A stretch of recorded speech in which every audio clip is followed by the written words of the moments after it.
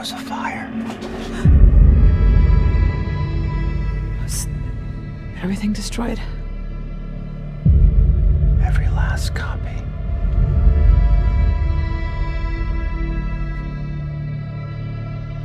Did you ever wonder what happened to Agatha Harkness after Wanda, at the end of WandaVision, took away her power and trapped her mind in a spell that would permanently make her the nosy neighbor and keeps her from leaving Westview? Well, we finally got an answer in the new show Agatha All Along. So what did happen? Hi there, it's Micha. Join me for this review if you like to find out.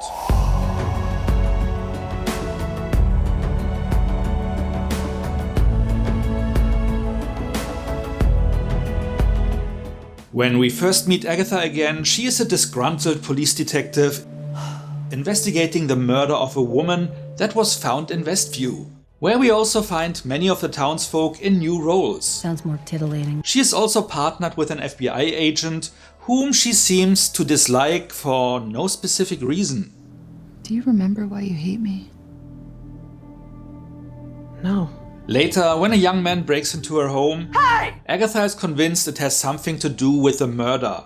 All the while she has the feeling that there is something wrong with her whole situation. After the name of the victim is miraculously revealed to be Wanda Maximoff, the spell starts to unravel. Case closed then? Is that hot? You? Yes, claw your way out. I'm hot. And going through all her character's iterations from WandaVision, she finds her way back. Quickly realizing that all the events were just happening in her head. You haven't been yourself the past few days. Almost like you got bit by the true crime bug. You've just been humoring me? Well, almost everything. Oh, but if you're real, then that means... After a short altercation, I've missed you. I hate you. her apparent nemesis leaves Agatha with the knowledge that the Salem 7 are out to kill her later today, I expect you'll see them at sundown. where the episode ends. This was a nice, intentionally confusing kick-off for the show that answered some questions and opened up new ones. From the trailer, where the body's identity was already revealed, everyone concluded that this proves Wanda really died at the end of Multiverse of Madness. However, as this all just happened in Agatha's head, that fortunately is not canon, as I'm still convinced she survived the mountain collapsing on her. By the way, I said intentionally confusing because we expected to find Agatha as the nosy, simple-minded neighbor, and not as a capable cop, making us wonder what happened in between. But as we didn't really know how the spell would work, and taking into account that all other characters in town remembered everything, it made sense that they would just humor her, while most of her life takes place in her mind.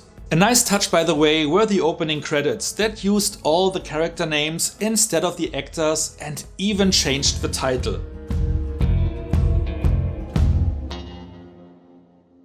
The open questions are around what the brooch she found has to do with anything and who her nemesis may be. The brooch contains some hair, so likely has magic qualities.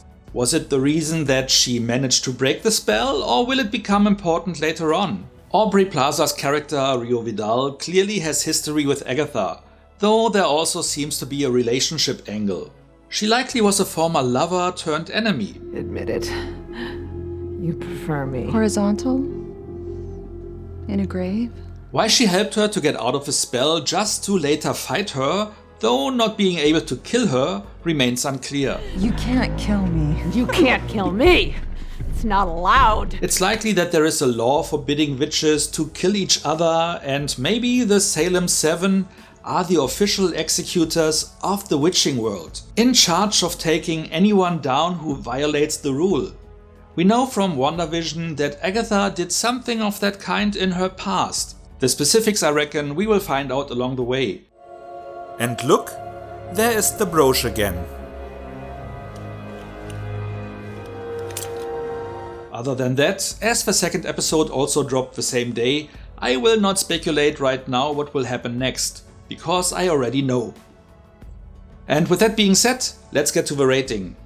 It was a solid start into the Agatha headline series, covering her way out of the imprisoning spell, and while some aspects around it were unexpected, they worked out fine, as the mechanics of her mind trap were not clarified beforehand. It could have been dealt with in a quicker, more direct fashion, but this way was also fun and fitted in with the serialized approach and even paid homage to WandaVision's style and structure. This first entry is promising and did many things well.